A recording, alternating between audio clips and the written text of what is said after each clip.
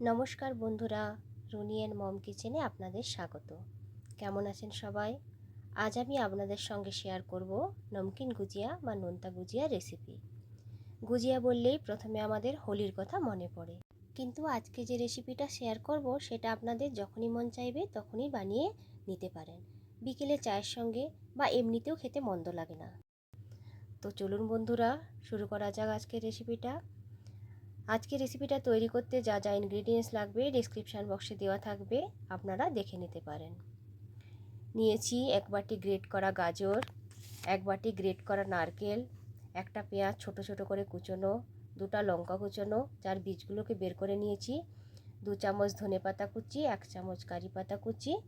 Do বানানোর জন্য নিয়েছি 1 কাপ ময়দা।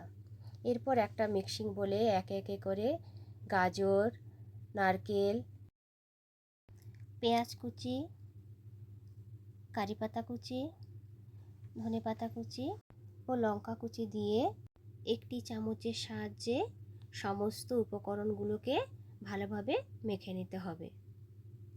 সমস্ত উপকরণগুলো ভালোভাবে মিক্সড হয়ে যাওয়ার পর এর সঙ্গে দিয়ে দিতে হবে স্বাদ মতো নুন, 1 চামচ চিনি ও 1/4 চামচ গোটা জিরে। সমস্ত উপকরণগুলোকে আরও একবার ভালোভাবে চামচের সাহায্যে মিক্সড করে নিতে হবে। উপকরণগুলো ভালোভাবে চামচের সাহায্যে মিক্সড হয়ে যাওয়ার পর একে ঢেকে রেখে দিতে হবে 2 থেকে 3 মিনিটের মতো। এই সময় ডোটা তৈরি করে নেব। ডোটা তৈরি করতে লাগবে 1 কাপ ময়দা, স্বাদ মতো নুন ও 2 থেকে 3 টেবিল চামচ তেল। সমস্ত উপকরণগুলো ময়দার সঙ্গে ভালোভাবে মেখে নিতে হবে। ময়দার সঙ্গে মেখে নেবার পর একটু একটু করে জল দিয়ে ডোটাকে তৈরি করে নিতে হবে। সাধারণত রুটি বা পরোটার জন্য যে ডো তৈরি করা হয় তার থেকে এই ডোটা একটু শক্ত হবে। এরপর ময়দার ডোটির উপর একটু তেল মাখিয়ে ঢাকা দিয়ে রেখে দিতে হবে 10 মিনিটের মতো। 10 মিনিট পর ফিরে এসে ডোটাকে আরও একবার ভালো করে মেখে নিতে হবে। এরপর এর থেকে ছোট ছোট লেচির আকারে কেটে নিতে হবে যাতে আমাদের বেলতে সুবিধা হয়। এরপর একটা লেচিকে লুচির মতো করে বেলে আগে থেকে তেল মাখিয়ে রাখা গুজিয়া মেকারের ঠিক মাঝখানে বসিয়ে 1 চামচ মতো পুর দিয়ে মুখটাকে ভালোভাবে টাইট করে মুড়ে নিতে হবে। দেখুন কি সুন্দর তৈরি হয়ে গেল। যাদের কাছে গুজিয়া মেকার নেই তারাও হাতে করে এইভাবে তৈরি করে নিতে পারেন।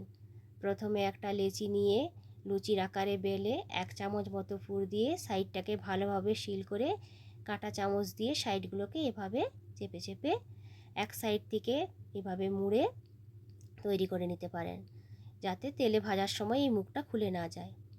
আমি আরও একটা তৈরি করে দেখাচ্ছি। এইভাবে লুচির মতো করে বেলে কিছুটা পুর মাঝখানে দিয়ে হাতে করে ভালোভাবে সিল করে নেবেন। কাঁটা চামচ দিয়ে একটু ডিজাইন করে নেবেন।